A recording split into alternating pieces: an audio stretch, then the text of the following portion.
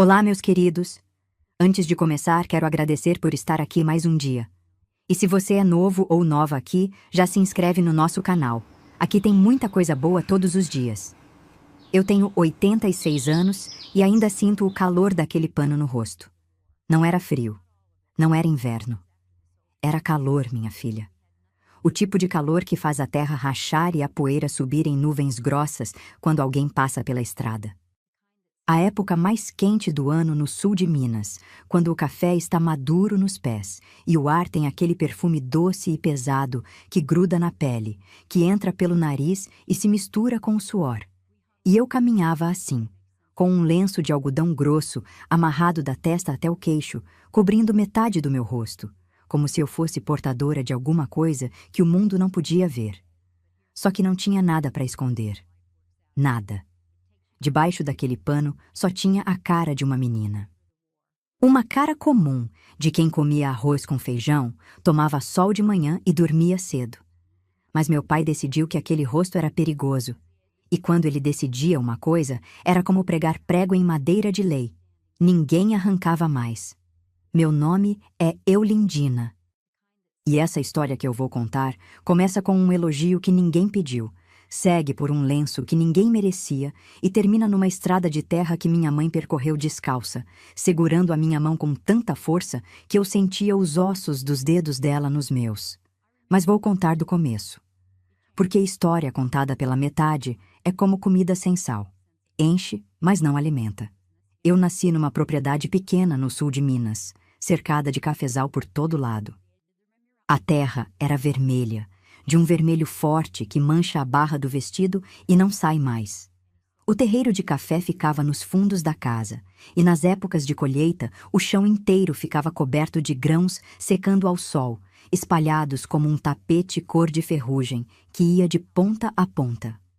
O barulho do rastelo arrastando os grãos era o primeiro som que eu ouvia de manhã, e o último que ouvia antes de dormir. Meu pai se chamava Hernani. Homem magro, de mãos grandes e cara fechada. Ele não era desses que batiam sem motivo, nem gritava à toa. Tudo que ele fazia tinha um cálculo por trás, um plano que só ele enxergava, e esse plano quase sempre tinha a ver com o que os outros iam pensar. Ele media cada palavra, cada gesto, cada visita que recebia na varanda. Até o jeito que minha mãe estendia a roupa no varal ele vigiava, porque roupa de mulher exposta demais dava conversa na vizinhança. Minha mãe se chamava Geraldina. Era uma mulher miúda, de cabelo escuro preso num coque, que nunca vi solto na frente de ninguém. Ela tinha mãos de quem trabalhava desde antes de o sol nascer. Mãos ásperas, rachadas nos nós dos dedos, com cicatriz de queimadura de fogão a lenha que nunca sarou direito. Mas quando ela me tocava a face à noite, antes de eu dormir, aquelas mãos pareciam de seda. Eram as mãos mais cuidadosas do mundo quando ninguém estava olhando. Eu era filha única. E isso, naquela época e naquele lugar, já era coisa que o povo comentava baixinho. Diziam que a Geraldina só teve uma, como se fosse defeito, como se minha mãe tivesse falhado em alguma conta que a vida cobrava das mulheres daquele tempo. Ela não respondia. Abaixava a cabeça e continuava andando. Mas eu via, minha filha. Eu via o maxilar dela apertar e os lábios sumirem numa linha fina que era puro silêncio sobre dor engolida. A nossa casa era simples. Paredes de taipa caiadas de branco, janelas de madeira que rangiam quando o vento da tarde empurrava.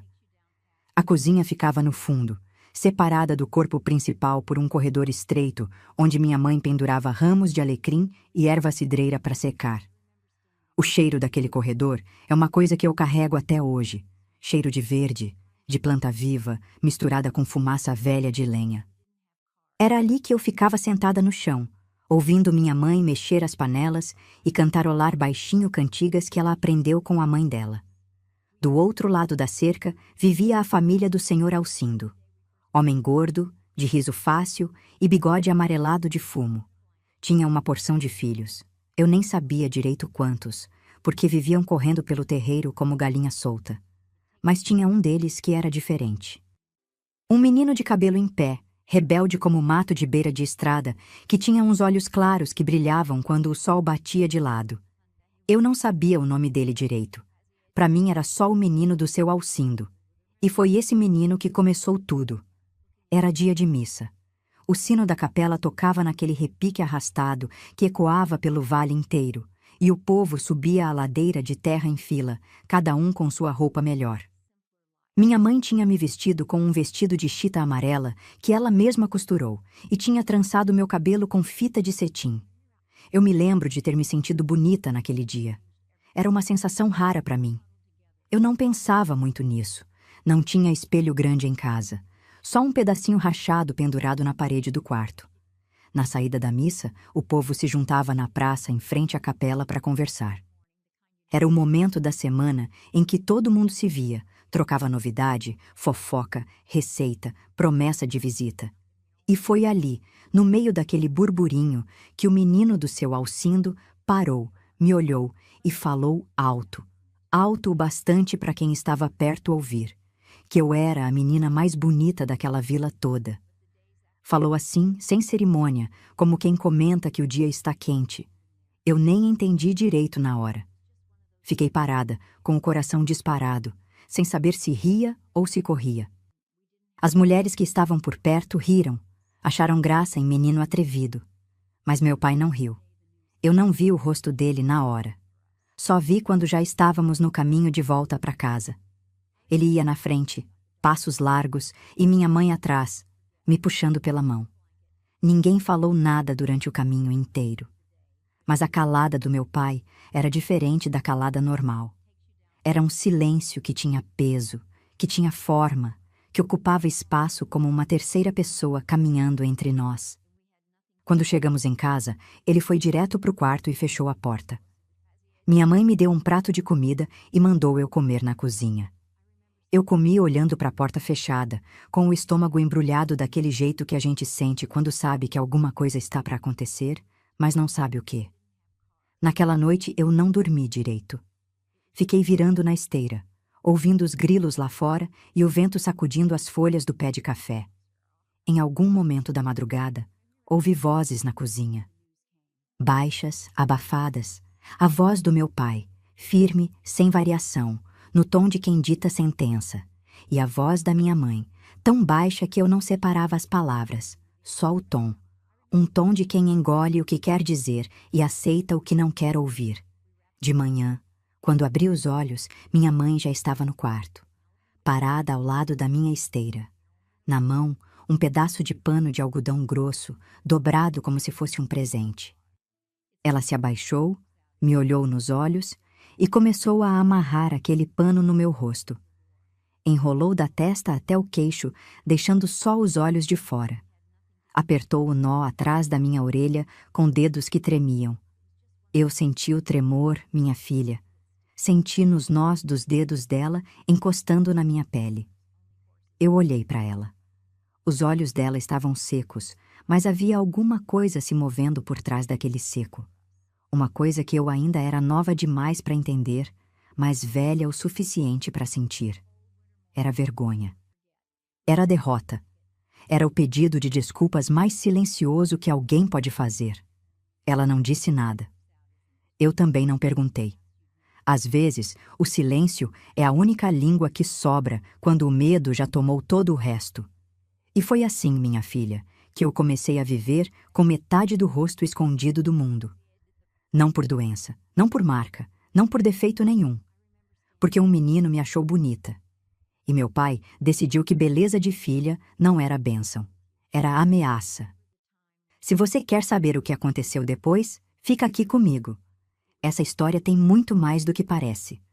Meu pai inventou a história da marca de nascença naquela mesma semana. Não sei se ele pensou naquilo sozinho ou se veio com o tempo, mas a versão que ele espalhou pela vila foi essa, que eu tinha nascido com uma mancha escura na cara, grande, feia, que ia da bochecha até perto do lábio. Contou que era coisa de família, que a mãe dele também teve, que era melhor cobrir porque causava espanto nas pessoas. E o povo acreditou, minha filha. Acreditou porque era mais fácil aceitar uma explicação do que fazer uma pergunta. Ninguém veio até a nossa casa conferir. Ninguém pediu para ver. A vizinhança engoliu a história como se engole um comprimido amargo, sem mastigar, sem sentir o gosto, só para passar logo. Dona Carmen, que morava na curva da estrada e sabia da vida de todo mundo, foi a primeira a espalhar. Repetia com aquele ar de pena ensaiada que a menina da Geraldina tinha nascido com a cara manchada, e acrescentava detalhes que nem meu pai tinha inventado, que a marca era roxa, que crescia com o tempo, que talvez fosse castigo por algum pecado antigo da família. O povo gostava dessas histórias, dava sentido ao que não precisava de sentido nenhum. Eu passei a ser a menina da marca. Antes eu era só a Eulindina, filha da Geraldina e do Hernani, a que morava perto do cafezal. Agora eu era outra coisa. Era curiosidade, era sussurro. Era o nome que as mães usavam para afastar os filhos quando não queriam que eles ficassem perto de mim. Diziam que aquilo podia pegar, como se eu fosse doença com pernas. Aquilo. Eu virei aquilo.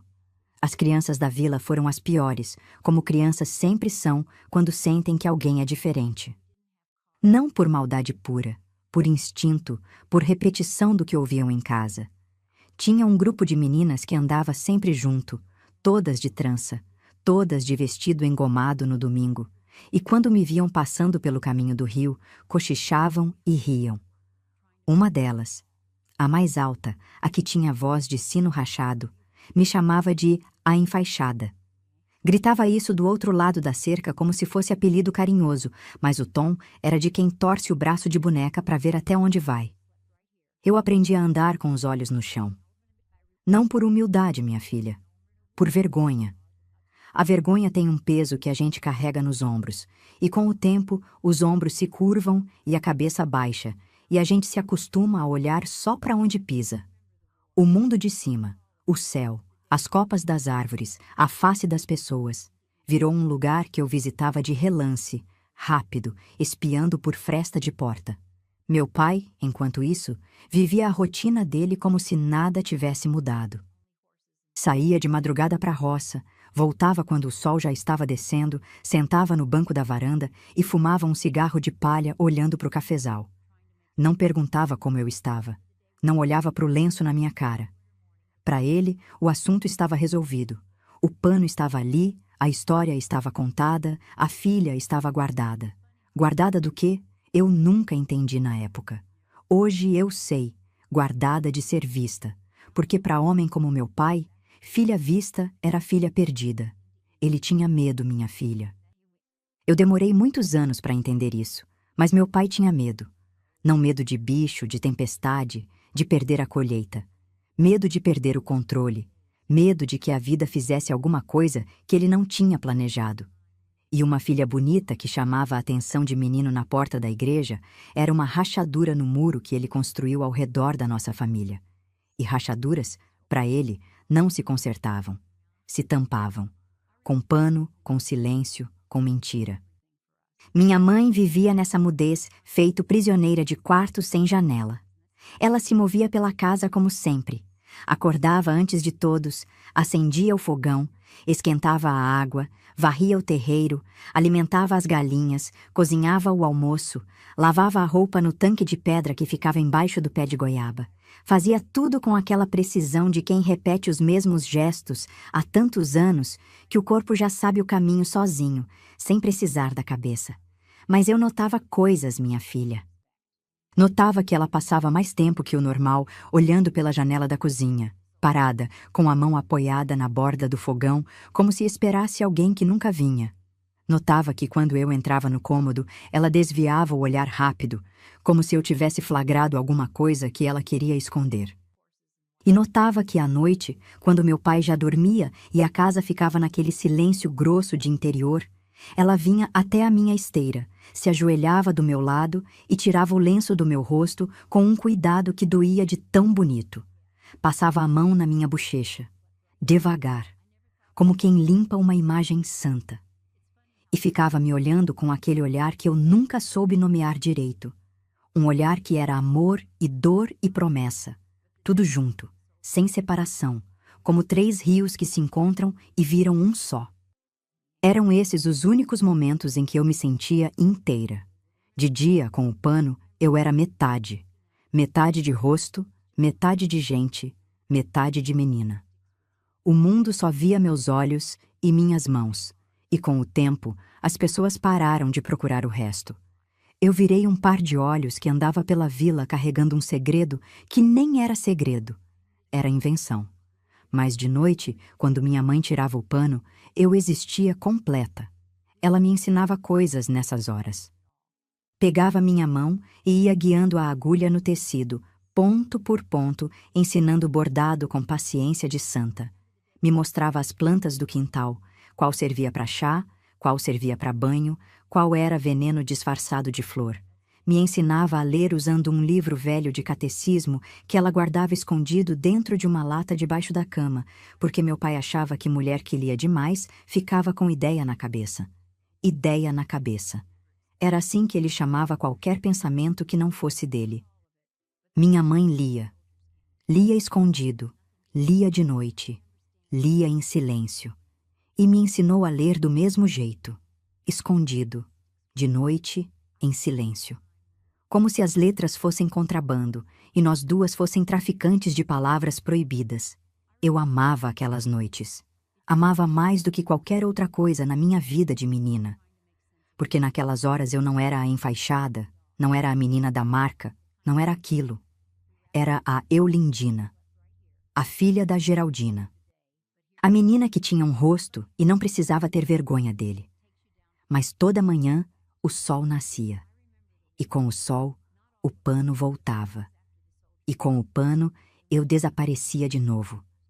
Minha mãe me amarrava com as mesmas mãos que tinham me acariciado de noite. E eu via nos olhos dela a mesma coisa de sempre. Aquele pedido de desculpas mudo que ela repetia todo dia sem nunca conseguir pronunciar. Até que um dia alguém chegou naquela vila que não aceitava silêncio como resposta. Ela chegou numa tarde quente, quando o sol já tinha passado do meio e a sombra das árvores começava a se esticar para o lado da estrada. Eu estava no quintal, sentada embaixo do pé de goiaba, descascando mandioca numa bacia de alumínio que minha mãe usava para tudo. Lavar roupa, dar banho em galinha, guardar-chuva quando o telhado pingava. O lenço estava no meu rosto como sempre, amarrado firme, e eu já nem sentia mais o incômodo. A gente se acostuma com o que machuca quando machuca todo dia. Vira parte do corpo, vira segunda pele, vira coisa que a gente só nota quando tira. Ouvi o barulho primeiro. Passos no cascalho da estrada, mas passos diferentes, mais leves, mais rápidos, sem aquele arrastar pesado de chinelo de couro que o povo da vila usava. Levantei os olhos e vi uma mulher que eu nunca tinha visto antes. Alta, magra, de cabelo castanho preso num rabo de cavalo frouxo que balançava enquanto ela andava. Usava uma saia comprida, cor de terra, e uma blusa branca de manga dobrada até o cotovelo. Carregava uma bolsa de lona pendurada no ombro e um caderno na mão. Ela parou no nosso portão. Olhou para casa, olhou para o terreiro, olhou para mim. E sorriu. Eu não sabia o que fazer com aquele sorriso, minha filha. Fazia tempo que alguém de fora não sorria para mim daquele jeito. Um jeito limpo, sem pena, sem curiosidade torta, sem aquele olhar de quem examina bicho diferente na feira. Era um sorriso comum, desses que uma pessoa dá quando encontra outra pessoa. Só isso. Mas para mim, naquele momento, foi como se alguém tivesse aberto uma cortina que eu nem sabia que existia. Ela se chamava Vanilda. Você ainda lembra o nome da sua primeira professora? Conta aqui para mim. Ela tinha vindo de uma cidade maior, mandada pela prefeitura para abrir uma classe de ensino na vila. Ia usar o salão dos fundos da capela, que estava vazio fazia tempo. A ideia era juntar as crianças que não tinham como ir até a escola da cidade e dar a elas pelo menos o básico: ler, escrever, contar. Vanilda foi de casa em casa naquela tarde, batendo nos portões, se apresentando, explicando o que vinha fazer. Eu soube depois que, na maioria das casas, ela foi bem recebida. O povo tinha orgulho demais para admitir que os filhos não sabiam ler, mas tinha vergonha maior ainda de recusar uma oferta que vinha da prefeitura. Então aceitavam com um aceno de cabeça e pronto. Na nossa casa foi diferente. Meu pai estava na varanda quando ela chegou. Tinha voltado da roça mais cedo naquele dia por causa de uma dor nas costas que o vinha perseguindo havia semanas. Estava sentado no banco de madeira, sem camisa, com uma toalha no ombro, fumando o cigarro de palha que ele enrolava com uma precisão quase religiosa. Quando viu a mulher no portão, não se levantou. Ficou olhando de longe, medindo, do jeito que ele media tudo, devagar, com os olhos apertados, do jeito de quem calcula o preço de uma coisa antes de decidir se quer. Abriu o portão e caminhou até a varanda. Se apresentou com voz firme, sem pressa. Explicou que estava organizando uma classe de estudo para crianças da região que seria no salão da capela, que não tinha custo nenhum, e que gostaria de convidar todas as crianças em idade de aprender. Meu pai ouviu tudo sem mexer um músculo do rosto. Quando ela terminou, deu uma tragada longa no cigarro, soltou a fumaça pelo canto da boca e respondeu seco que a dele não ia. Disse assim, sem explicação, como quem fecha uma porta e joga a chave fora. Não se moveu. Ficou parada, com o caderno encostado no peito, e perguntou o motivo. Meu pai olhou para ela como se a pergunta fosse uma ofensa. Ninguém perguntava o porquê para ele. Ninguém questionava. Naquela casa e naquela vila, a palavra dele era o ponto final de qualquer conversa. Ele disse que eu tinha uma condição, que não era boa ideia me misturar, que ele sabia o que era bom para a família dele. Ela ficou em silêncio um instante. Daquele silêncio que pesa, que ocupa a varanda inteira como cheiro de chuva antes de cair. Eu estava espiando de dentro da casa, escondida atrás do pano da porta que separava a cozinha do corredor. Via a cena recortada pela fresta, a postura rígida do meu pai, a calma estranha daquela mulher, o cigarro soltando fio de fumaça entre os dois, como se fosse uma linha dividindo o mundo em dois lados. Então, ela fez uma coisa que ninguém naquela vila fazia. Olhou para o meu pai, depois olhou para mim. Me olhou nos olhos, minha filha. Atravessou o pano da porta com aquele olhar, como se soubesse exatamente onde eu estava. E disse que entendia, mas que gostaria de voltar no dia seguinte para conversar com a minha mãe, se ele permitisse. Disse aquilo olhando para mim. Não para o meu pai. Para mim. Meu pai não respondeu.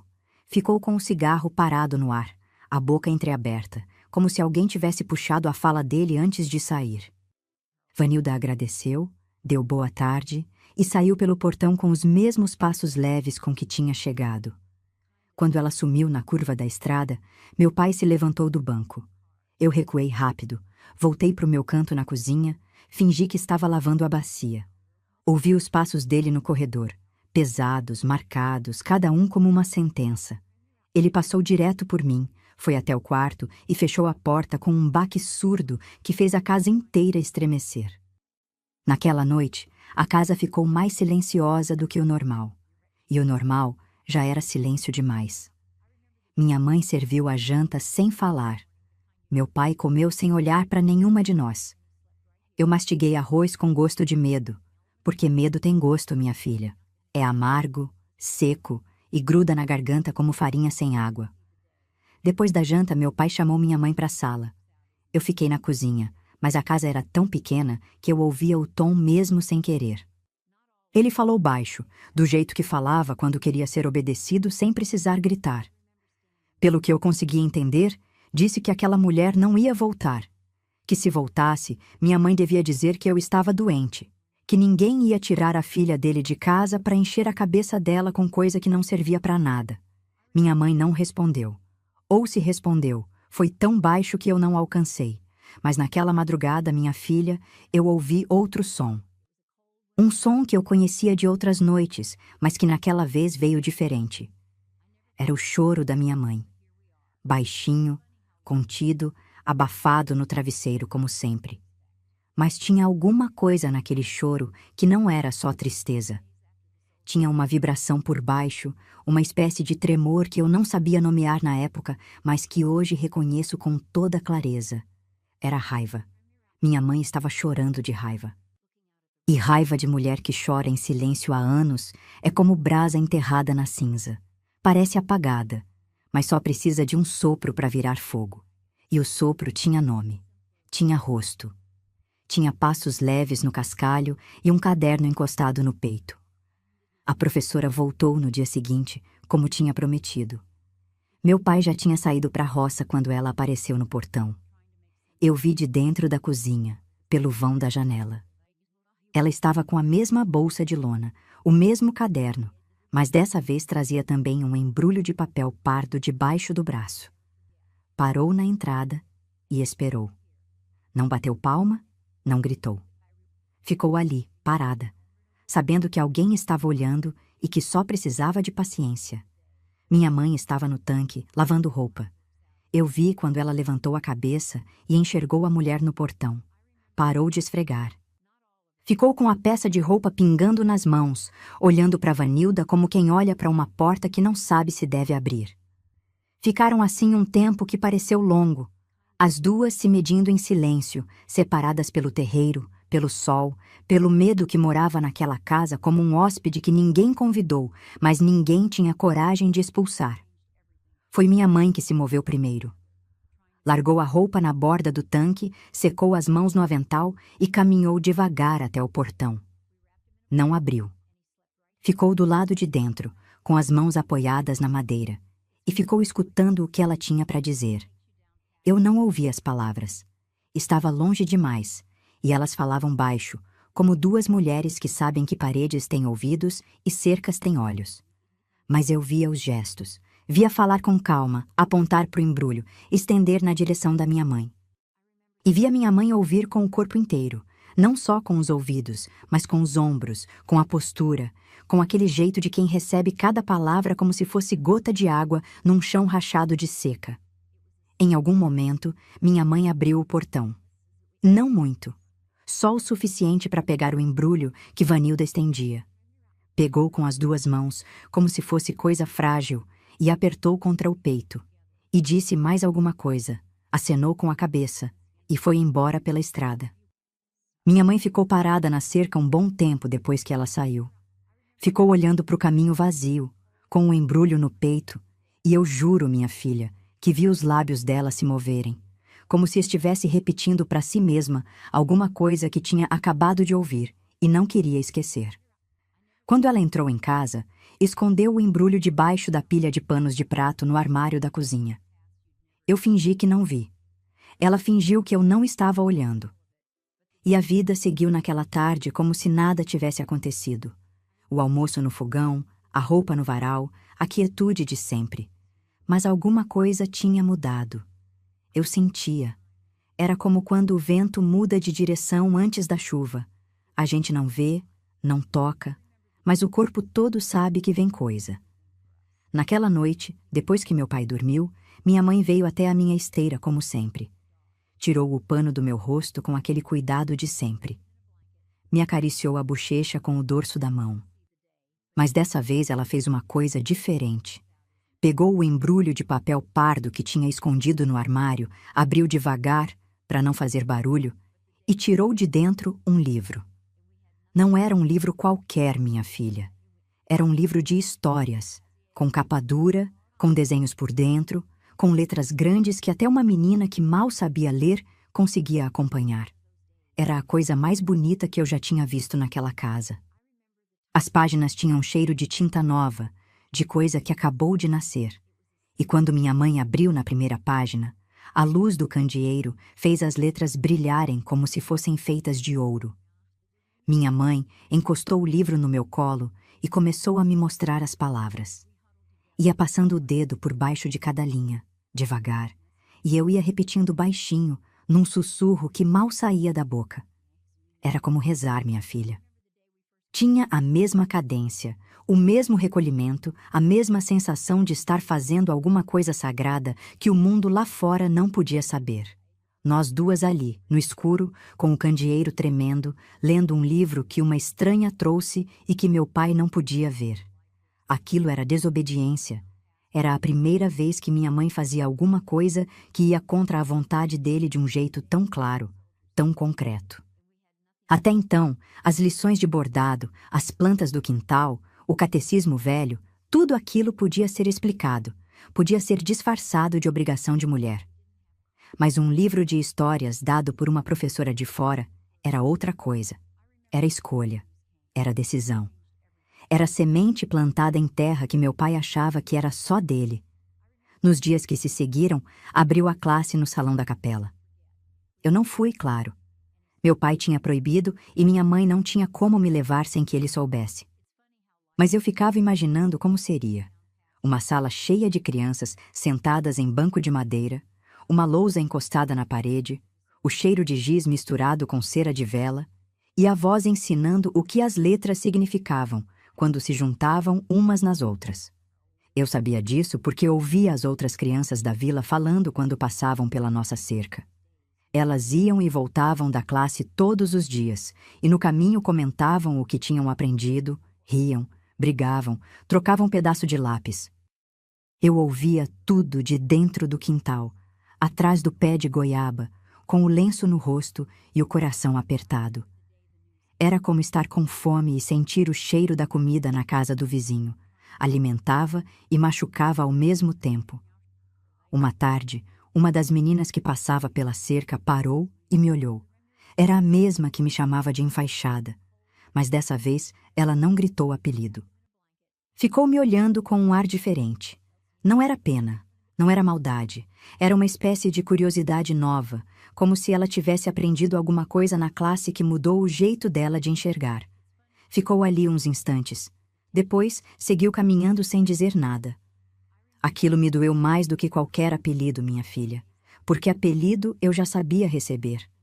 Mas a mudez de quem está aprendendo coisas que eu não podia aprender, isso era um tipo de solidão que eu não conhecia ainda. Eu comecei a mudar por dentro naqueles dias.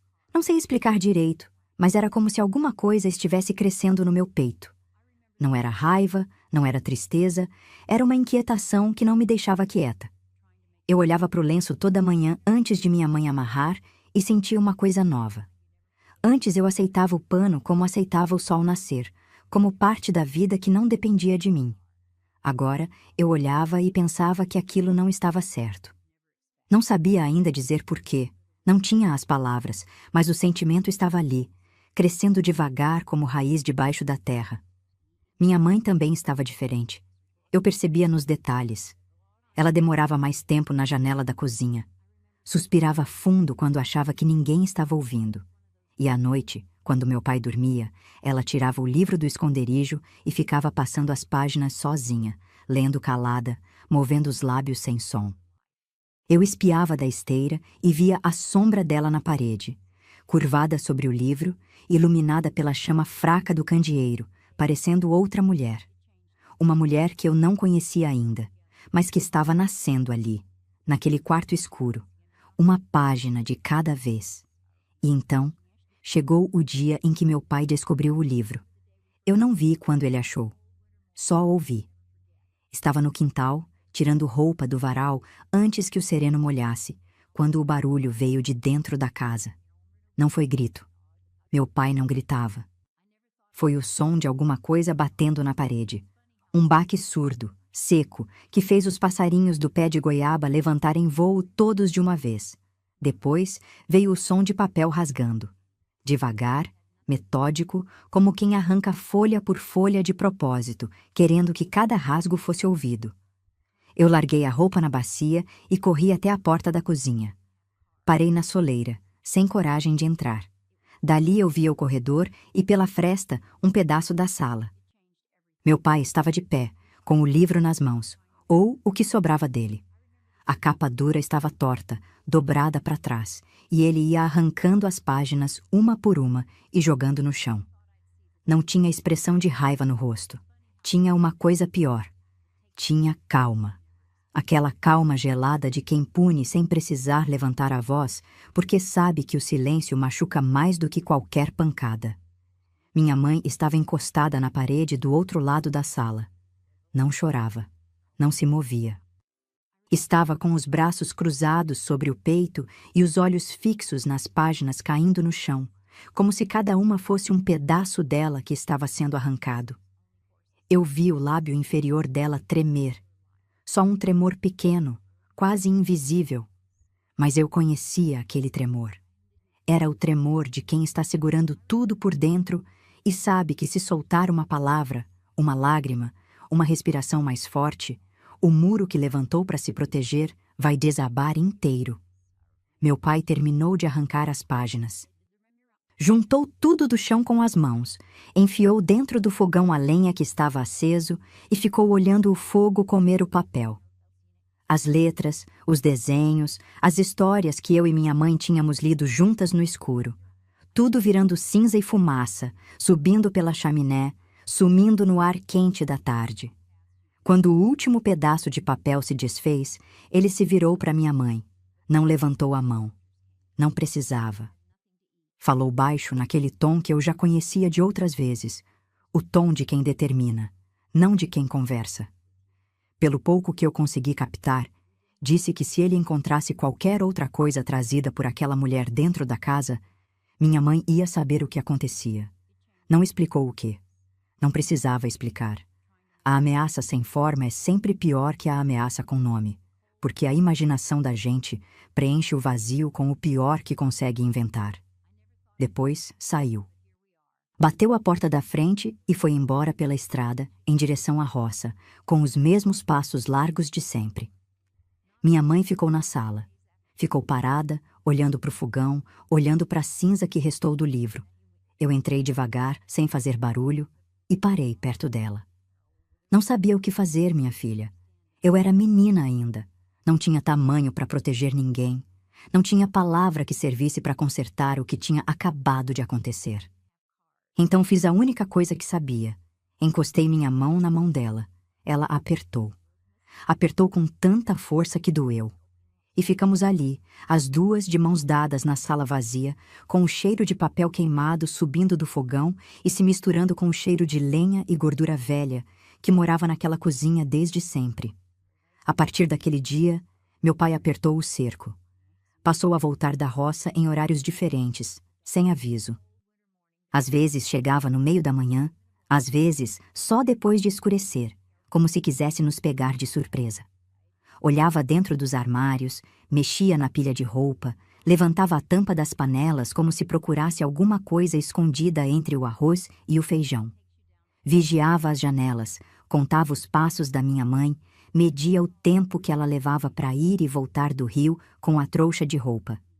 Minha mãe se recolheu ainda mais. Parou de ficar na janela da cozinha. Parou de suspirar. Parou de cantar baixinho enquanto cozinhava. Andava pela casa como sombra. Presente, mas sem volume. Ali, mas sem estar de verdade. E as noites de leitura acabaram. O esconderijo debaixo da cama estava vazio. A lata de biscoito guardava só o catecismo velho de sempre, e o candeeiro ficava apagado mais cedo. O quarto voltou a ser só escuro e silêncio. Eu senti como se alguém tivesse tampado a última janela que restava. Aquelas noites de leitura eram o único pedaço de liberdade que eu e minha mãe tínhamos, e agora nem isso sobrava. O pano no rosto, que antes era só uma coisa que eu usava de dia, passou a pesar de noite também. Não no rosto, mas por dentro, como se eu carregasse um lenço invisível amarrado na alma. E Vanilda? Vanilda continuava na vila. Eu via a fumaça da chaminé do salão da capela nas manhãs frias, sinal de que a classe estava funcionando. Ouvia as crianças passando pela estrada, conversando sobre letras e números, com uma empolgação que me dava inveja e esperança ao mesmo tempo. E de vez em quando eu estava no quintal e olhava para a estrada, via ela passando ao longe.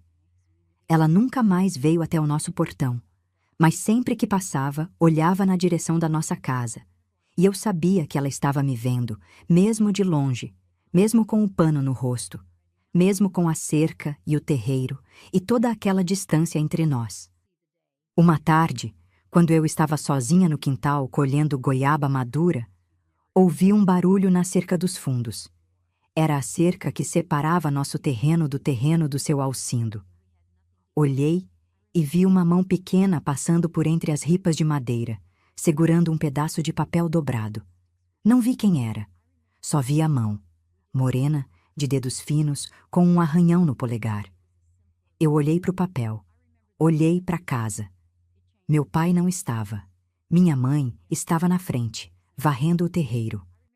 Fui até a cerca, peguei o papel e enfiei dentro do bolso do vestido antes que alguém pudesse ver.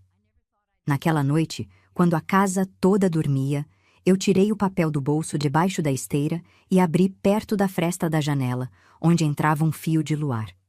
Era um bilhete. A letra era tremida, de criança, mas eu consegui ler porque minha mãe tinha me ensinado o suficiente para juntar as letras. O bilhete dizia poucas palavras. Dizia que a professora mandava me dizer que eu tinha lugar na classe quando eu pudesse ir, que ela ia guardar meu lugar, que eu não precisava do pano para entrar. Eu li aquelas palavras 3 vezes, 4, 5. Li até decorar, até cada letra estar gravada na minha cabeça com ferro quente. Depois dobrei o papel de novo, apertei contra o peito e chorei, minha filha. Chorei baixinho, do jeito que minha mãe me ensinou sem querer. O choro de mulher que aprendeu que lágrima em voz alta é luxo que a gente não pode se dar. Mas era um choro diferente do que eu chorava antes. Antes eu chorava de tristeza, de solidão, de vergonha. Naquela noite eu chorei porque alguém, em algum lugar, estava guardando um lugar para mim. Um lugar que existia mesmo que eu não pudesse ir até ele. Um lugar que me esperava. E uma coisa que eu aprendi, minha filha, é que não existe força maior no mundo do que saber que alguém está te esperando em algum lugar. Isso muda o jeito que a gente olha para o dia seguinte. Muda o peso do pano no rosto. Muda até o gosto do arroz com feijão. Eu guardei aquele bilhete como quem guarda relíquia. Enrolei num pedaço de pano e escondi dentro de um buraco na parede que ficava atrás da minha esteira, tapado com um pedaço de reboco solto que eu encaixava de volta. E comecei a esperar. Sem saber pelo quê, sem saber por quanto tempo, sem saber como, mas esperando. Porque agora eu sabia que existia um outro lado, e que alguém, do outro lado, tinha deixado a porta aberta. O tempo foi passando do jeito que passa quando a gente vive presa, devagar por dentro, invisível por fora.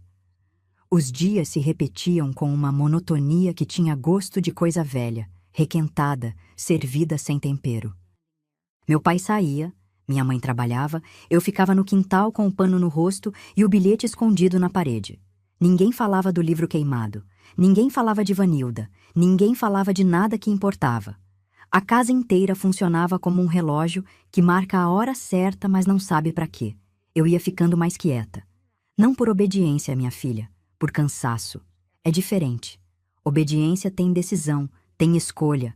A pessoa decide obedecer. Cansaço não. Cansaço é quando o corpo entrega antes da vontade. Quando o peso vai acumulando nos ombros, até que a gente para de tentar levantar a cabeça.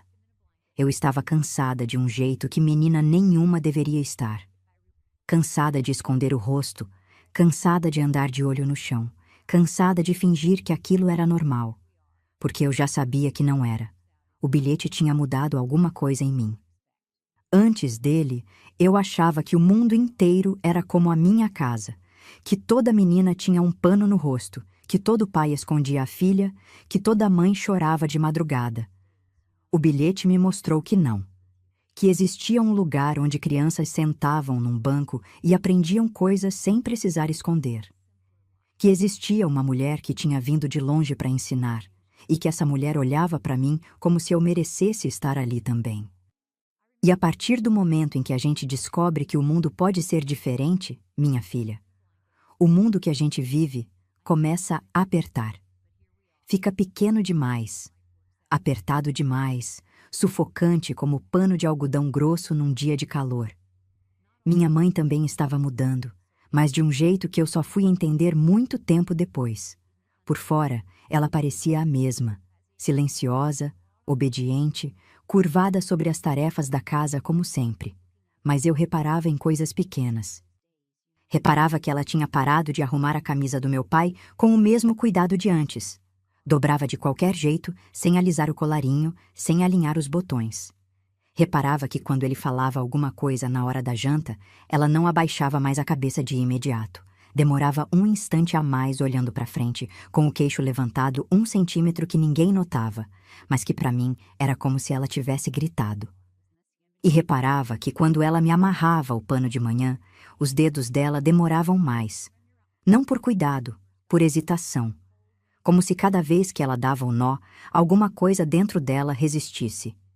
Eu sentia nos dedos dela uma pergunta que a boca não fazia. Até quando? Uma tarde, meu pai voltou da roça mais cedo.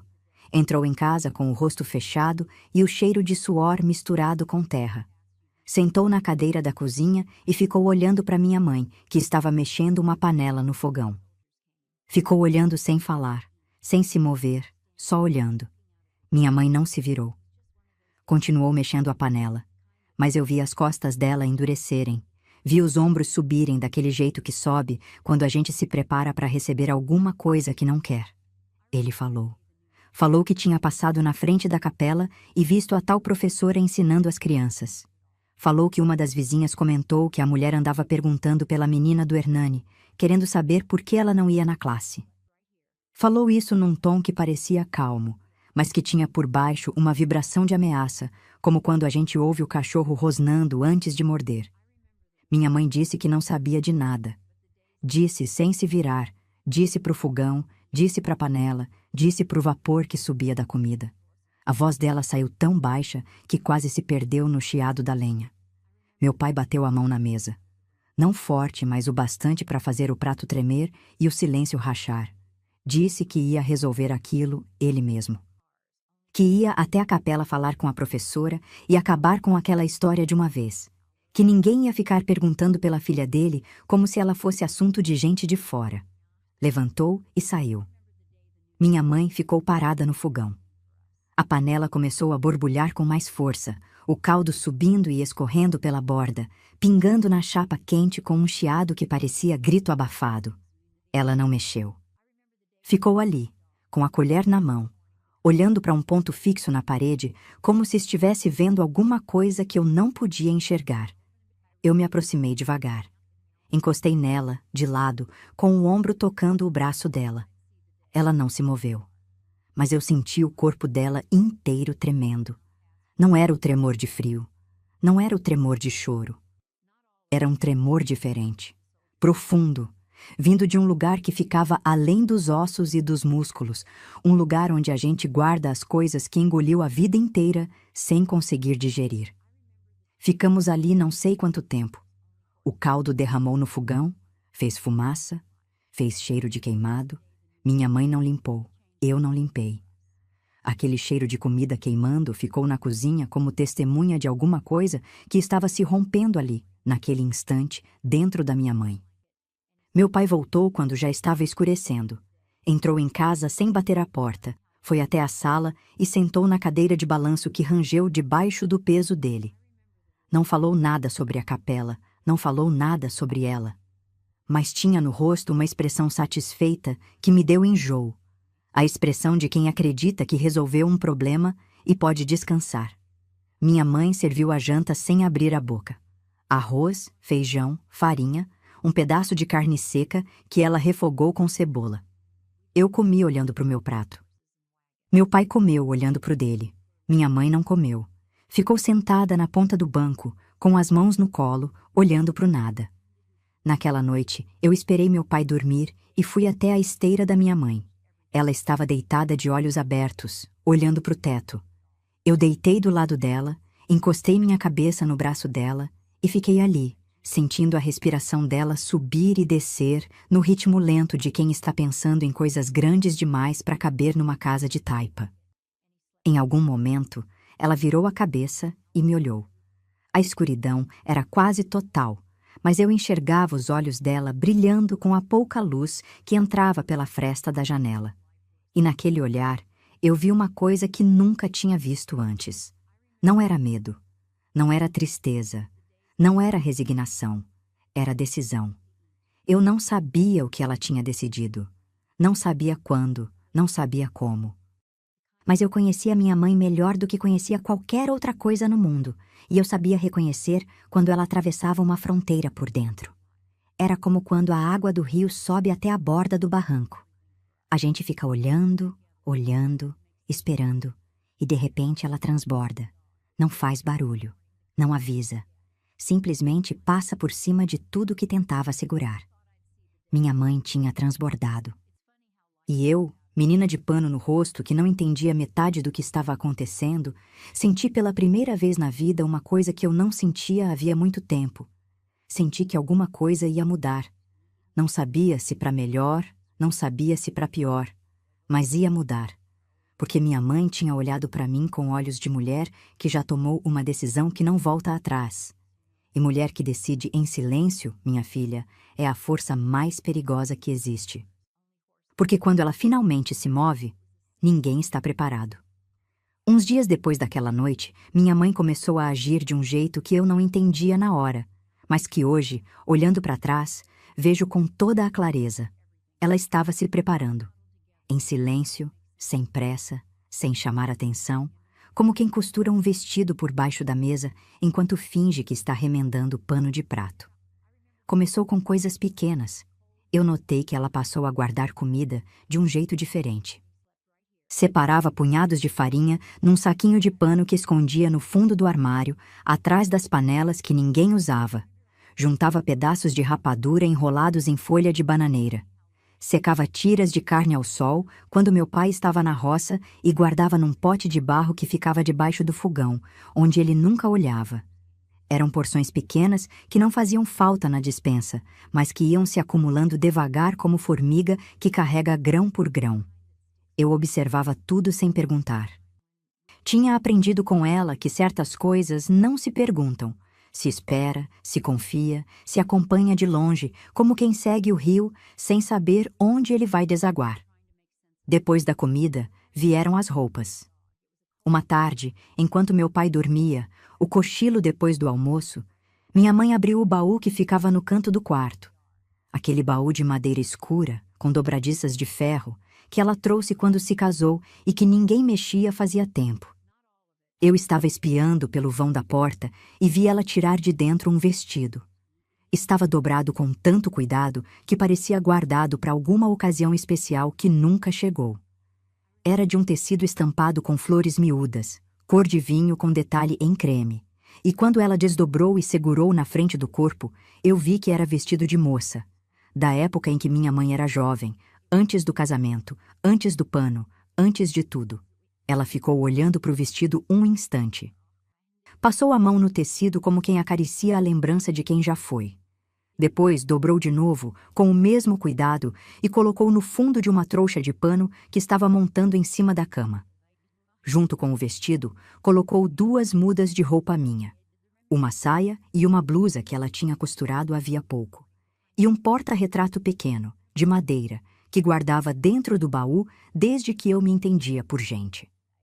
Eu nunca tinha visto a foto de perto, mas sabia que era de família, porque minha mãe olhava para ela às vezes com aquele olhar de quem conversa com gente que não está mais ali. A trouxa ficou escondida debaixo da cama, atrás do baú, coberta com um lençol velho que se confundia com a poeira do chão. Ninguém ia notar. Meu pai não se abaixava para olhar debaixo de cama. Achava que o chão era lugar de bicho e de gente sem dignidade. Eu entendi, minha filha. Não com a cabeça, porque eu ainda era menina e não sabia calcular o que aquilo significava. Entendi com o corpo.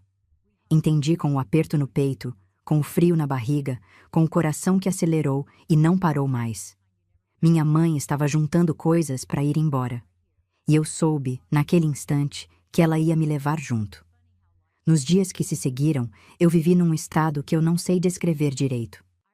Era medo e era esperança, tudo misturado, tudo ao mesmo tempo, como quando chove e faz sol e a gente não sabe se corre para dentro ou se fica parada admirando. Eu olhava para o meu pai na hora da janta e pensava que talvez fosse uma das últimas vezes. Olhava para casa, para o terreiro, para o pé de goiaba, para o cafezal e tentava gravar tudo na memória, como se estivesse me despedindo de coisas que ainda estavam ali. E tinha a questão da professora.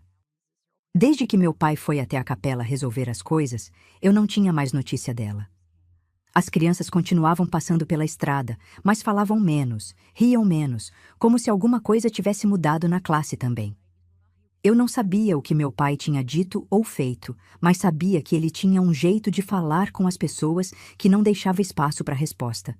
Ele não ameaçava com palavras claras, ele ameaçava com presença, com tom, com aquele olhar de quem avisa sem avisar.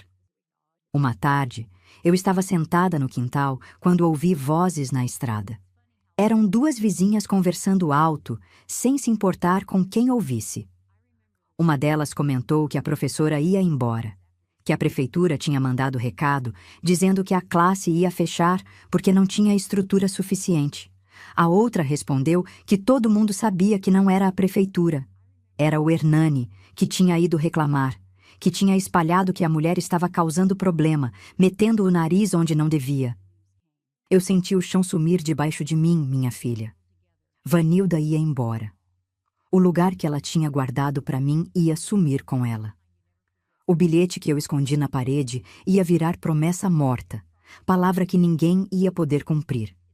Corri para dentro de casa e achei minha mãe na cozinha. Ela estava de costas, lavando louça no balde.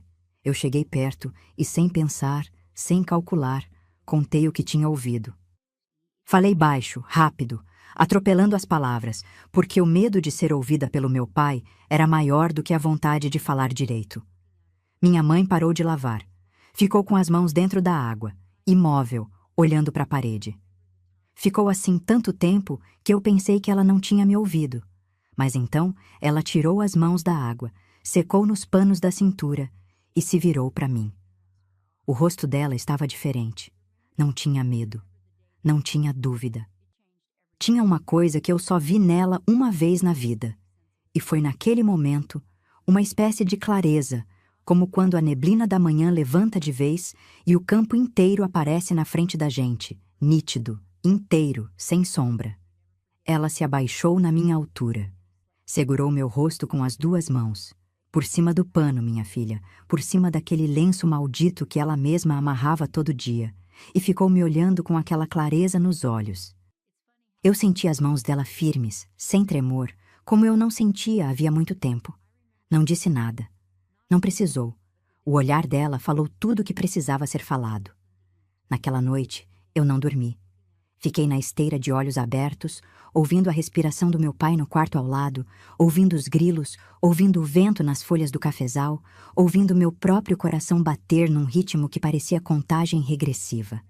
Porque eu sabia que alguma coisa ia acontecer, e que ia acontecer logo. Aconteceu antes do sol esquentar. Eu estava dormindo quando senti a mão da minha mãe no meu ombro. Não foi um toque de acordar, foi um toque de urgência contida, firme, daqueles que dizem tudo sem fazer barulho.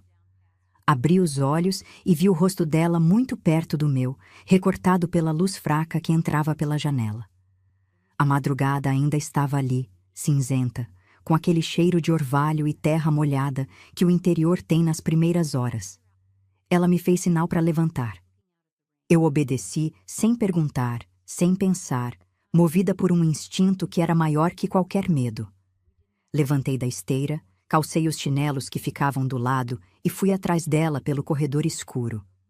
Cada passo que eu dava era medido para não fazer o assoalho ranger. Cada respiração era controlada para não sair mais forte do que devia. A casa inteira parecia estar dormindo, mas eu sabia que qualquer barulho podia acordar meu pai, e se ele acordasse, tudo acabava antes de começar. Minha mãe já estava vestida. Não com a roupa de casa, não com o avental de todo dia. Estava com uma saia comprida escura e uma blusa limpa de botão, o cabelo preso firme no coque de sempre, mas com uma presilha que eu nunca tinha visto. Pequena, discreta, como se fosse um detalhe de vaidade que ela guardou para um momento que merecia. Nos pés, os sapatos que ela só usava para ir à missa. Era como se ela tivesse se arrumado para uma ocasião que não tinha nome, mas que era a mais importante da vida dela. A trouxa estava pronta na cozinha, amarrada com um nó firme do tamanho certo para carregar no ombro sem atrapalhar a caminhada. Minha mãe pegou a trouxa com uma mão e estendeu a outra para mim. Eu peguei. E naquele instante, minha filha, Eu senti os dedos dela nos meus com uma força que eu nunca tinha sentido antes. Não era aperto de medo, não era aperto de nervoso. Era aperto de quem sabe exatamente o que está fazendo e não vai largar por nada. Antes de sairmos, ela fez uma coisa que me marcou para sempre. Parou na frente da minha esteira, se abaixou e pegou o lenço que estava dobrado no canto, o pano que ela amarrava no meu rosto todo dia desde que meu pai mandou. Segurou o pano nas duas mãos, olhou para ele como quem olha para um inimigo que carregou no colo tempo demais e colocou em cima da cama do meu pai. Não jogou, colocou. Devagar, com cuidado, no meio da cama, do lado que era dele, bem onde ele ia ver quando acordasse. Aquele gesto, minha filha. Aquele gesto disse mais do que qualquer palavra que ela pudesse ter dito. Era devolução. Era recusa. Era uma mulher dizendo com as mãos que o peso que ela carregou até ali ficava naquela casa porque não pertencia mais a ela. Saímos pela porta dos fundos, a que dava para o quintal e para o caminho do cafezal. O portão dos fundos era de madeira velha e rangia quando abria, então minha mãe levantou a trava devagar, centímetro por centímetro, segurando a respiração. Quando o portão abriu sem fazer barulho, ela olhou para trás uma última vez. Não para o quarto do meu pai, não para a sala, não para a cozinha. Olhou para o fogão a lenha. Aquele fogão onde ela passou anos da vida dela esquentando água, cozinhando feijão, queimando as mãos na chapa quente sem reclamar. Olhou como quem se despede de uma companhia que foi testemunha de tudo. Do silêncio, do medo, das noites de choro abafado, das manhãs de pano amarrado. Depois virou as costas e saiu. A estrada que cortava o cafezal era de terra vermelha, estreita, ladeada de pés de café que naquela hora da madrugada pareciam sombras escuras enfileiradas como soldados. O cheiro era forte.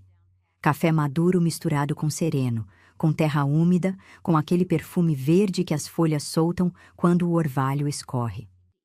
Eu andava atrás da minha mãe, de mão dada, sentindo a terra fria nos pés, porque em algum momento ela tinha tirado os sapatos e eu tinha tirado os chinelos para não fazer barulho no cascalho. Andamos muito tempo sem falar. O único som era o dos nossos passos na terra macia, e o canto dos primeiros pássaros que acordavam com a claridade vindo devagar no horizonte. Eu olhava para frente e via as costas da minha mãe, retas, firmes, sem aquela curvatura de sempre, sem aquele peso invisível que ela carregava nos ombros desde que eu me lembrava. Ela andava como eu nunca tinha visto andar, com pressa sim, mas também com uma espécie de leveza, como se cada passo fosse tirando dela um pedaço daquilo que aprendia. Em algum momento, o sol começou a nascer. Primeiro foi só um clarão alaranjado na borda do céu, depois a luz foi se espalhando devagar, pintando o cafezal de dourado, fazendo o orvalho brilhar nas folhas como pedrinhas de vidro. E quando o primeiro raio de sol bateu no meu rosto, minha filha, eu senti uma coisa que não sentia fazia tempo demais. Senti o sol no rosto inteiro, sem pano, sem lenço, sem nada entre minha pele e a luz. Minha mãe olhou para mim nesse momento. Olhou de lado, sem parar de andar. E eu vi nos olhos dela uma coisa que era quase sorriso. Não chegava a ser, porque a situação não permitia sorriso, mas era um brilho, uma suavidade, um alívio que vinha de tão fundo que quase não cabia no rosto. Eu apertei a mão dela com mais força. Ela apertou de volta. E seguimos andando. Duas mulheres, uma grande e uma pequena, numa estrada de terra vermelha entre fileiras de café, com o sol nascendo atrás e a vida inteira na frente. Eu não olhei para trás nenhuma vez, minha filha. Não por coragem. Porque eu tinha medo de que, se olhasse, meus pés não quisessem mais ir para frente. E os pés da minha mãe não pararam. Então, os meus também não podiam parar. A casa da minha avó ficava longe, 2 municípios adiante, num lugar que eu só conhecia de histórias que minha mãe contava de noite, quando o pano já estava fora do meu rosto e o mundo era só nós duas no escuro. Minha avó materna. Mulher que minha mãe descrevia com uma mistura de respeito e saudade que eu não entendia, porque nunca tinha visto as duas juntas. Meu pai não permitia visitas, não permitia carta, não permitia nem que o nome dela fosse dito em voz alta dentro de casa. Mas era para lá que a minha mãe estava me levando. E a cada passo que ela dava naquela estrada, eu sentia que ela estava voltando para um lugar que sempre foi dela. Um lugar que meu pai tentou apagar, mas que continuava existindo, firme, esperando, como brasa debaixo da cinza. Chegamos na casa da minha avó quando o sol já estava alto e as sombras tinham encolhido debaixo das árvores, como bichos se escondendo do calor. Eu estava com os pés em carne viva. A estrada de terra, que parecia fresca de madrugada, foi virando brasa conforme o dia esquentava, e cada pedrinha, cada graveto, cada torrão seco foi deixando marca na sola dos meus pés, como se a terra estivesse cobrando pedágio pela minha liberdade. Minha mãe carregava a trouxa num ombro e eu no outro, porque nas últimas horas de caminhada eu já não aguentava mais andar sozinha, e ela me puxou para o colo com uma força que eu não sabia que existia dentro daquele corpo miúdo. A casa da minha avó ficava numa cidadezinha pequena, espremida entre morros, com ruas de paralelepípedo irregular e um cheiro permanente de lenha queimada que vinha das cozinhas abertas. Eu tinha estado ali poucas vezes na vida. Meu pai não gostava de visitar a sogra, e minha avó não gostava de visitar meu pai, então os encontros eram raros e sempre carregados de uma tensão muda que eu na época não entendia, mas que era feita de coisas engolidas que nenhum dos dois digeriu. Minha avó se chamava Deuselina. Era mulher pequena, seca, de pele escura curtida de sol e mãos nodosas que pareciam raízes de árvore velha. Tinha a coluna curvada dos anos, mas caminhava com uma firmeza que desmente qualquer fraqueza. O rosto dela era duro, marcado de rugas fundas que iam da testa ao queixo como sulcos de enxada na terra, e os olhos. Minha filha, os olhos da minha avó eram a coisa mais viva que eu já vi num rosto humano.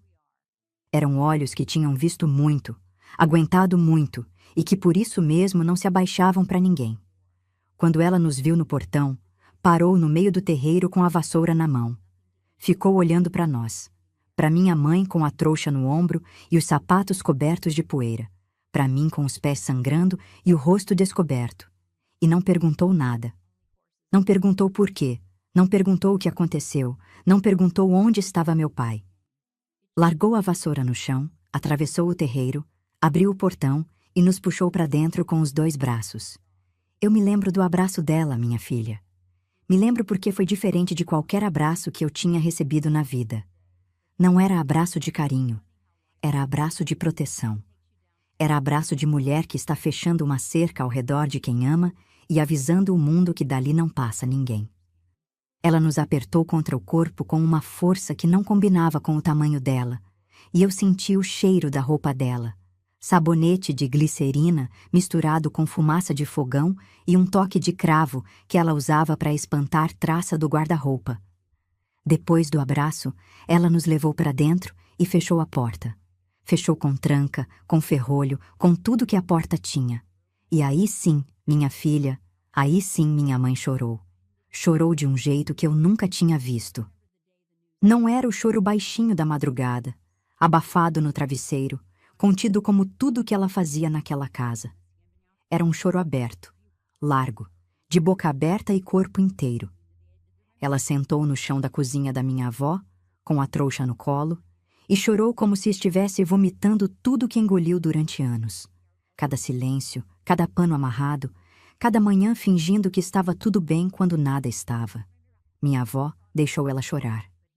Não disse para parar, não disse que ia ficar tudo bem, não tentou consertar nada com palavras. Sentou do lado dela no chão, passou o braço por cima dos ombros dela e ficou ali, quieta, segurando a filha como a filha segurou a neta na estrada. Eu fiquei de pé, encostada na parede, olhando para aquela cena, e alguma coisa dentro de mim entendeu que aquele choro não era tristeza, era limpeza.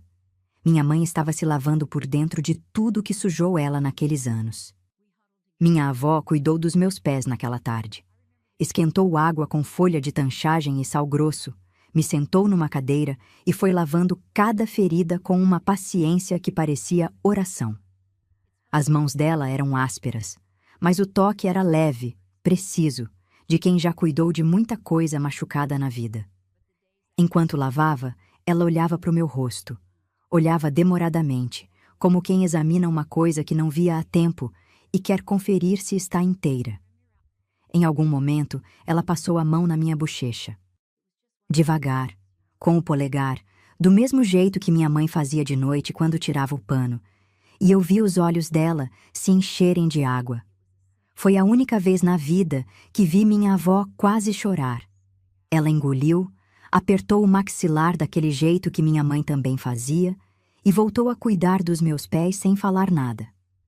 Naquela noite, minha avó nos deu a cama do quarto dos fundos.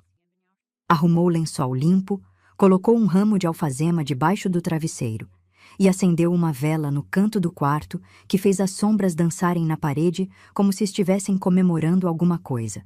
Eu deitei ao lado da minha mãe, que já tinha parado de chorar e estava com os olhos inchados e o rosto lavado. Ela me puxou para perto, me encaixou debaixo do braço e ficou alisando meu cabelo até eu dormir. Mas eu não dormi direito. Porque no meio da noite eu acordei com um barulho que me gelou o sangue. Batidas no portão. Fortes, secas, repetidas. O tipo de batida que não pede licença, que exige. Eu sentei na cama de um pulo. Minha mãe sentou junto e eu senti o corpo dela inteiro endurecer como tábua.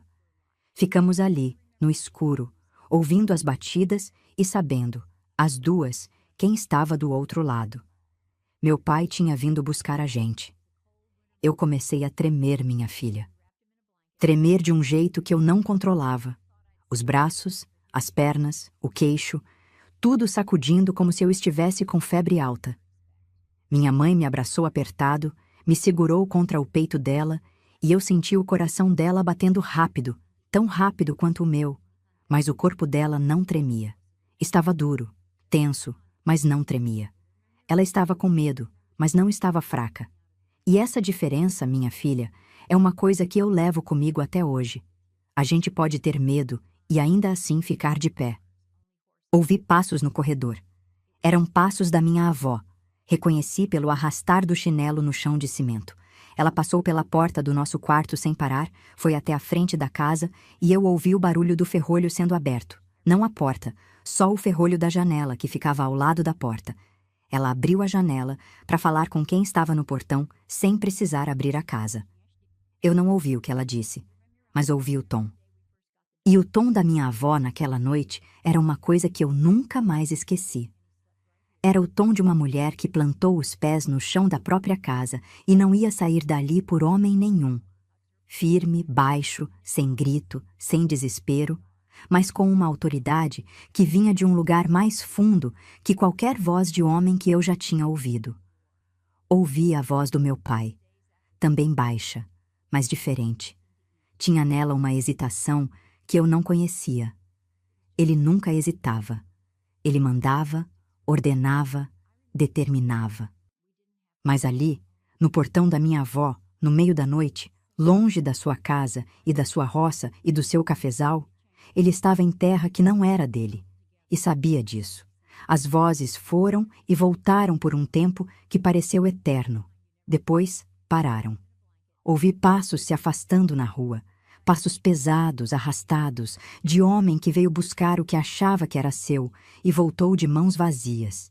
Minha avó fechou a janela, passou o ferrolho de volta, e a casa ficou encalada. Meu pai voltou outras vezes. Não sei dizer quantas, porque depois da primeira noite eu parei de contar. Mas foram várias. Às vezes vinha de dia, às vezes de noite. Às vezes chegava a pé, às vezes de carroça, como se quisesse mostrar que tinha vindo preparado para levar a gente de volta com tudo que trouxemos. Cada vez que eu ouvia aquelas batidas no portão, secas, duras, impacientes, o meu corpo reagia antes da minha cabeça.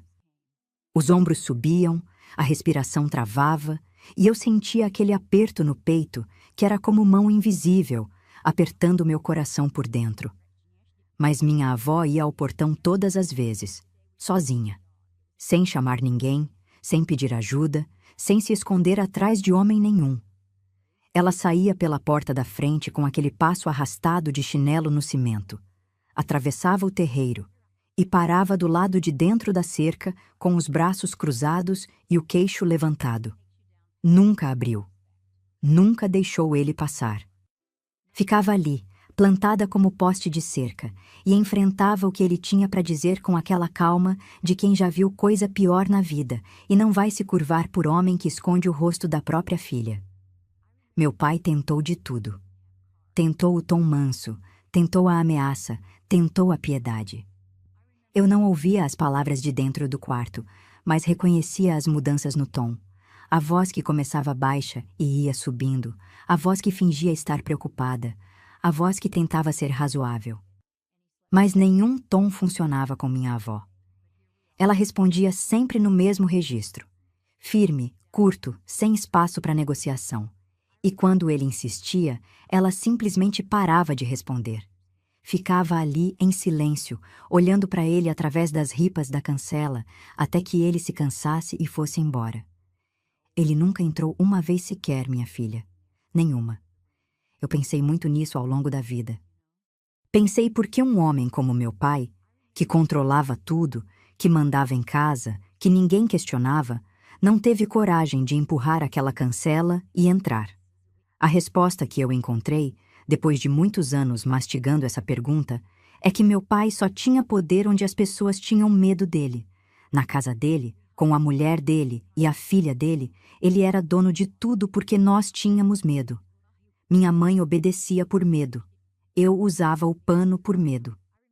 A vizinhança aceitava a história da marca por medo de se meter. Mas minha avó não tinha medo. E quando o medo acaba, o poder do homem que só governa pelo medo acaba junto. Minha avó era uma mulher que tinha vivido a vida inteira na mesma cidadezinha, criado os filhos sozinha depois que o marido morreu numa queda de cavalo, quando minha mãe ainda era menina, e sustentado a casa com lavação de roupa, costura e uma horta que ela cultivava com o mesmo capricho que outras mulheres dedicavam à vaidade. Ela não era rica, não era instruída, não tinha influência nenhuma. Mas tinha uma coisa que valia mais do que tudo isso. Tinha a certeza absoluta de que ninguém ia maltratar a cria dela enquanto ela estivesse viva. E essa certeza, minha filha, é uma muralha que nenhum homem derruba. Com o tempo, as visitas do meu pai foram espaçando. Primeiro vieram toda semana, depois a cada 2, depois uma vez por mês, até que pararam. Eu não sei exatamente quando foi a última vez, porque a última vez não veio com aviso. Simplesmente um dia, as batidas no portão não vieram mais. E a gente foi percebendo, devagar, que ele tinha desistido. Ou talvez não tenha desistido. Talvez tenha só se cansado de bater numa entrada que não abria. Tem gente que confunde cansaço com aceitação, minha filha, mas são coisas diferentes. Meu pai não aceitou. Ele só parou de tentar. E essa diferença ficou morando nele pro resto da vida. Eu soube disso depois, quando já era mulher crescida e a história já tinha esfriado o bastante para eu conseguir olhar para ela sem me queimar. Enquanto isso, a vida na casa da minha avó foi se organizando como o rio que encontra caminho novo depois de uma barreira. Minha mãe começou a trabalhar. Ajudava minha avó com a lavação de roupa, pegava a costura das vizinhas, fazia doce de goiaba e de leite para vender na vendinha da esquina. Trabalhava muito, mais do que trabalhava na casa do meu pai, mas tinha uma diferença que eu notava no corpo dela inteiro. Ela trabalhava com as costas retas. Parece pouco, minha filha, mas para quem viveu curvada a vida inteira, endireitar a coluna é revolução. Eu comecei a sair de casa. Parece uma coisa boba de dizer, mas para mim era enorme. Sair de casa sem pano no rosto, sem olhar para o chão, sem medo de que alguém me chamasse de enfaixada ou desviasse o caminho. A cidadezinha da minha avó era pequena e as pessoas logo souberam que tinha gente nova morando com a dona Deuselina, a filha que voltou e a neta que veio junto. Mas ninguém perguntou sobre marca nenhuma, porque não tinha marca para perguntar. Eu era só uma menina.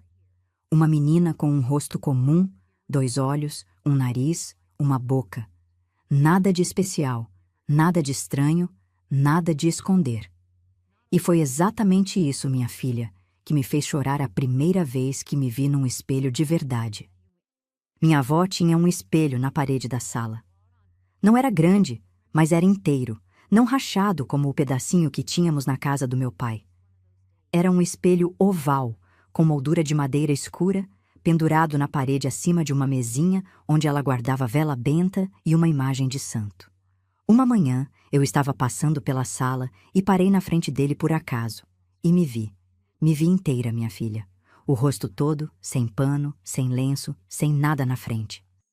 Eu olhei para mim mesma como se estivesse olhando para uma pessoa que eu conhecia de outro lugar, mas não conseguia lembrar de onde. Era eu, mas era uma eu que eu nunca tinha visto completa. Eu conhecia meus olhos porque eram a única parte que ficava de fora do pano. Mas a bochecha, o queixo, o canto da boca, a linha do maxilar, tudo aquilo era novidade. Era meu e era estranho ao mesmo tempo. Eu passei a mão no rosto. Devagar, como minha mãe fazia de noite, como minha avó fez quando lavou meus pés. Toquei cada parte como quem confere se está tudo no lugar depois de uma viagem longa. E quando meus dedos chegaram na bochecha, naquela bochecha que meu pai mandou cobrir, que minha mãe cobriu por medo, que a vizinhança inteira achou que era manchada, eu chorei. Chorei porque não tinha nada ali. Nada. Só pele, só rosto, só eu. E chorei porque entendi, naquele momento, o tamanho da mentira que me roubou tanto tempo. A marca que nunca existiu me tirou o direito de ser vista. Me tirou o direito de andar de cabeça erguida, de brincar com as outras crianças, de sentar na classe da Vanilda e aprender junto com todo mundo. Me tirou coisas que eu nem sabia que tinha, porque me tiraram antes de eu poder conhecer. Minha avó me encontrou chorando na frente do espelho. Chegou por trás, me abraçou pelos ombros e ficou ali comigo, as duas olhando para o reflexo juntas. E eu senti que ela entendia. Entendia sem precisar de explicação, sem precisar de palavra. Entendia porque ela também era mulher, e mulher que cria mulher sabe reconhecer o choro de quem está se encontrando pela primeira vez. A vida na casa da minha avó foi ganhando forma como barro nas mãos de oleiro. Devagar, com paciência, aos poucos virando uma coisa que tinha sentido. Eu fui aprendendo a existir sem o pano. Parece estranho dizer isso, minha filha, mas foi um aprendizado. Não é só tirar o lenço do rosto e pronto. É tirar o lenço de dentro da gente, porque o pano que meu pai mandou amarrar na minha cara também se amarrou na minha alma. E esse demorou mais para soltar. Eu ainda andava de cabeça baixa nos primeiros tempos. Ainda desviava o olhar quando alguém me olhava de frente. Ainda levava a mão ao rosto por instinto quando ouvia riso de criança na rua, como se o corpo esperasse que o pano estivesse ali e se assustasse de não encontrar. Minha avó percebia. Ela não falava muito. Não era mulher de discurso, de conselho comprido, de lição de moral. Mas fazia coisas. Quando me via andando de cabeça baixa, ela me chamava para o terreiro e me pedia para estender a roupa no varal. Para estender roupa, a gente tem que levantar os braços, levantar o queixo, olhar para cima. E ela ficava ali do lado, me vendo erguer os lençóis brancos contra o sol, e não dizia nada. Mas eu sabia o que ela estava fazendo. Estava me ensinando a olhar para cima de novo, sem usar palavra nenhuma. Minha mãe foi se transformando de um jeito que me deixava assustada e orgulhosa ao mesmo tempo. Ela começou a falar mais. Na casa do meu pai, ela quase não falava. Respondia quando perguntada, concordava quando mandada, e no resto do tempo era silêncio. Na casa da minha avó, ela foi soltando a voz aos poucos, como pássaro que fica tanto tempo em gaiola que esquece que sabe cantar. Primeiro foram coisas pequenas, comentários sobre o tempo, sobre a comida, sobre o preço do sabão na venda. Depois foram coisas maiores. Opiniões, vontades, planos. Eu ouvia minha mãe dizer que queria aprender a costurar vestido de festa porque dava mais dinheiro. Ouvia ela dizer que queria que eu estudasse. Ouvia ela rir. Rir de verdade, com a boca aberta e o corpo sacudindo. De uma bobagem que minha avó contava enquanto as duas lavavam roupa no tanque. Aquele riso, minha filha. Eu podia viver mais 100 anos, e aquele riso ainda ia ser o som mais bonito que eu já ouvi na vida. Até que chegou o dia em que minha mãe decidiu voltar. Não para ficar, para buscar o que era dela. Eu soube na véspera. Minha mãe e minha avó conversaram na cozinha depois da janta, baixinho, achando que eu já estava dormindo. Mas eu estava acordada, deitada na cama do quarto dos fundos, com os olhos abertos, ouvindo tudo pelo corredor. Minha mãe disse que precisava ir até a casa buscar coisas que tinha deixado. Documentos que estavam guardados no baú, uns panos de renda que eram da mãe dela, umas peças de cozinha que ela trouxe quando casou e que pertenciam a ela por direito. Minha avó não concordou de primeira. Perguntou se valia a pena, perguntou se não era melhor deixar para lá, perguntou se ela tinha certeza. Minha mãe disse que tinha. Disse que não ia embora daquela história deixando o pedaço dela para trás naquela casa, que ia buscar o que era seu e voltar com a cabeça erguida. Minha avó ficou em silêncio um tempo. Depois eu ouvi o barulho da cadeira arrastando no chão, ela se levantando e um som que eu não esperava. Era minha avó dizendo que ia junto. Que filha dela não ia entrar naquela casa sozinha enquanto ela tivesse perna para andar. Eu quis ir também. Quis com tudo que tinha dentro de mim. Mas minha mãe não deixou. Veio até o quarto, se sentou na beira da cama e passou a mão no meu cabelo. Eu senti os dedos dela firmes, sem tremor, e entendi que aquela viagem era dela. Era um acerto que ela precisava fazer com a vida que deixou para trás, e eu não podia fazer por ela. Cada mulher tem batalhas que precisa enfrentar com os próprios pés, minha filha, e essa era uma das batalhas da minha mãe. Elas saíram cedo, antes de o sol esquentar. Eu fiquei na casa, sozinha como nunca tinha ficado desde que chegamos. A casa da minha avó ficou enorme sem elas. Os cômodos pareciam maiores, os barulhos pareciam mais altos, e o silêncio entre um barulho e outro era pesado de um jeito que me lembrava a casa do meu pai. Eu andei pela casa tentando me distrair. Varre o terreiro, molhei as plantas da horta, fiz chá de folha de laranjeira porque o cheiro me acalmava. Mas o tempo não passava. Cada hora custava uma eternidade, e eu ficava olhando pela janela da frente, esperando ver as duas aparecendo no fim da rua. Pensei em tudo que podia dar errado. Pensei no meu pai abrindo a porta e fechando atrás delas. Pensei nele gritando, ameaçando, impedindo. Pensei na minha mãe voltando de mãos vazias, curvada de novo, com o rosto de derrota que eu conhecia tão bem. E pensei na pior coisa de todas. Pensei nela não voltando. Pensei nele convencendo ela a ficar. Pensei no meu pai usando aquele tom baixo, calculado, que fazia as pessoas obedecerem sem nem perceber que estavam obedecendo. Eu rezei, minha filha. Rezei ajoelhada na frente da imagem de santo que minha avó guardava na mesinha da sala, embaixo do espelho oval. Rezei sem palavras certas, sem oração decorada. Rezei do jeito que menina reza quando tem medo, pedindo para Deus tomar conta de quem a gente ama e trazer de volta inteira. O sol foi subindo, passou do meio, começou a descer. As sombras foram mudando de lugar no terreiro, esticando para o lado da horta, e eu continuava na janela. A rua estava vazia. Passava um cachorro magro, passava uma galinha solta, passava o vento levantando poeira do paralelepípedo. Mas nenhuma das duas aparecia. Quando o sol já estava quase encostando nos morros e o céu tinha aquela cor de laranja queimada que vem antes do escurecer, eu vi. Vi duas figuras aparecendo no fim da rua. Duas mulheres andando lado a lado, cada uma carregando um embrulho nos braços. Andavam devagar, mas retas, de costas retas, de cabeça erguida, de passos firmes que batiam no chão com uma cadência que parecia marcha. Eu saí correndo. Saí porta afora, atravessei o terreiro, abri o portão e corri pela rua até encontrar minha mãe. Me joguei nela com tanta força que quase derrubei o embrulho que ela carregava. Ela me segurou com o braço livre, me apertou contra o corpo, e eu senti o cheiro dela.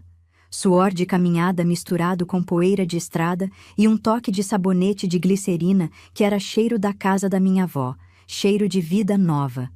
Minha mãe estava inteira. Não estava curvada, não estava derrotada, não estava com o rosto de quem engoliu mais uma humilhação. Estava cansada, com os sapatos sujos de terra vermelha e o cabelo escapando do coque, mas estava de pé.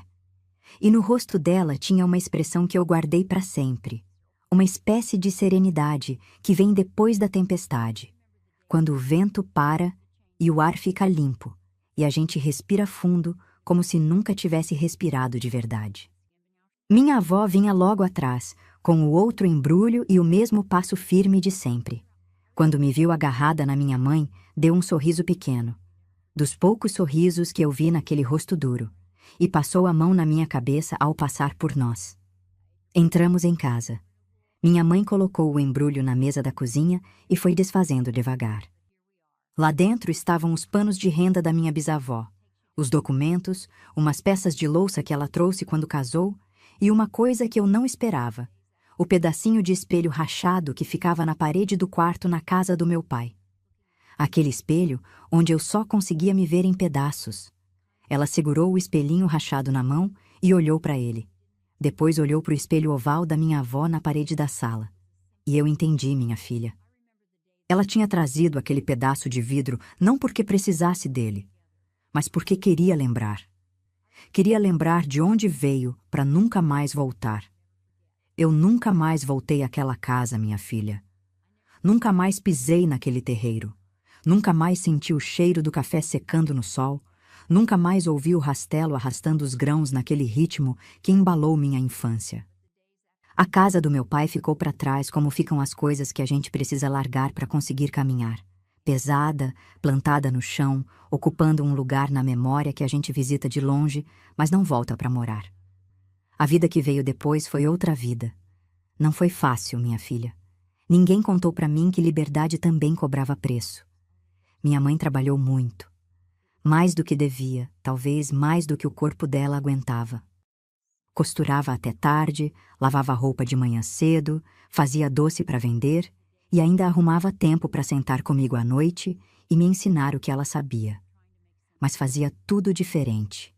Fazia com a voz solta, com o riso fácil, com aquela leveza de quem tirou um peso das costas que carregou tempo demais. Eu fui estudar. Não na classe da Vanilda, que já tinha ido embora quando a gente chegou na cidadezinha da minha avó. Mas numa escola pequena que ficava perto da praça, mantida pela paróquia, onde uma freira de voz mansa ensinava as meninas da região a ler, escrever e fazer conta. Eu entrei naquela sala com o coração na boca e os pés suando dentro do sapato que minha avó comprou na feira com dinheiro da lavação de roupa. Sentei no banco de madeira. Olhei para a lousa encostada na parede, senti o cheiro de giz misturado com cera de vela e pensei no bilhete que o menino do seu Alcindo passou pela cerca. O bilhete que dizia que Vanilda guardava meu lugar. O lugar não era mais o dela, mas era um lugar. E eu estava nele. A primeira vez que a freira me chamou pelo nome na frente da classe, eu quase não respondi. Não por timidez, por espanto. Fazia tempo que alguém me chamava pelo nome daquele jeito, como se eu fosse pessoa, como se eu tivesse identidade, como se eu existisse por inteiro e não só da testa para cima. Eulindina. Meu nome na boca de alguém que não era minha mãe nem minha avó. Meu nome dito em voz alta, sem sussurro, sem vergonha, sem pano na frente. Eu aprendi a ler de verdade naquela escola. Aprendi a escrever meu nome com todas as letras, sem errar a ordem, sem tremer a mão. Aprendi a fazer conta, a recitar oração, a decorar os nomes dos santos do calendário. Mas a coisa mais importante que eu aprendi ali não estava em nenhum caderno. Eu aprendi que eu era capaz. Que debaixo daquele pano que meu pai mandou amarrar não tinha marca, não tinha defeito, não tinha vergonha. Tinha uma menina que sabia pensar, que sabia sentir, que sabia aprender. E que essa menina sempre esteve ali, esperando só que alguém tirasse o lenço para ela poder aparecer. Minha avó viveu ainda muitos anos. Eu cresci debaixo do teto dela, comi da comida dela, dormi na cama que ela arrumava com lençol limpo e ramo de alfazema. Ela me ensinou coisas que escola nenhuma ensina. Me ensinou a não ter medo de homem que grita, porque quem grita já perdeu o argumento. Me ensinou que mulher que sabe cozinhar, costurar e ler não depende de quem não merece. Me ensinou que a porta da casa da gente se abre para quem a gente quer e se fecha para quem a gente precisa que fique de fora. Ela me ensinou tudo isso sem fazer discurso, sem dar sermão. Me ensinou vivendo, do jeito que as mulheres da família da minha mãe sempre ensinaram. Do meu pai, eu soube pouco depois que saímos. Alguma notícia chegava de vez em quando, trazida por alguém que passava pela região ou por uma carta que vinha endereçada à minha avó e que ela lia sozinha na cozinha, sem mostrar para ninguém. Eu sei que ele continuou na mesma casa, no mesmo cafezal, com a mesma rotina. Sei que nunca se casou de novo. Sei que envelheceu ali, sozinho, fumando cigarro de palha na varanda, olhando para o terreiro vazio onde antes tinha uma mulher lavando roupa e uma menina de pano no rosto sentada debaixo do pé de goiaba. Não sei o que ele sentiu. Talvez não tenha sentido nada. Talvez tenha sentido tudo e não soubesse o que fazer com o sentimento, porque ninguém ensinou aquele homem que sentir não era fraqueza. Eu não guardo rancor, minha filha. Demorei muito tempo para chegar nesse lugar, mas cheguei. O rancor é como carregar o pano no rosto por vontade própria. A gente continua escondida mesmo depois que ninguém está mais mandando esconder. Eu soltei o pano, soltei a raiva, soltei o nome do meu pai de dentro do peito, onde ele ficou preso durante anos, e deixei ir embora como cinza que o vento leva. Minha mãe viveu o resto da vida na cidadezinha da minha avó. Envelheceu ali, trabalhou ali, foi feliz ali, de uma felicidade simples, sem barulho, feita de coisas pequenas como estender roupa no varal sem medo, rir alto na cozinha e dormir de noite sem chorar. Ela nunca mais usou aquela voz baixa de quando vivia com meu pai. Nunca mais abaixou a cabeça quando alguém falava com ela. E nunca mais amarrou pano no rosto de ninguém. Eu me casei, tive filhos, tive netos. Construí uma vida que tem chão firme, que tem parede reta, que tem porta que eu abro e fecho quando eu quero. Mas tem manhãs, minha filha, em que eu acordo e a primeira coisa que faço é levar a mão ao rosto. Passo os dedos na bochecha, no queixo, na testa. Confiro que não tem nada ali. E toda vez que sinto só a minha pele, só o meu rosto, só eu respiro fundo e agradeço. Hoje em dia, quando o sol bate no meu rosto pela janela de manhã, eu fecho os olhos e deixo. Deixo esquentar. Deixo a luz entrar nos cantos do rosto que ficaram no escuro tempo demais.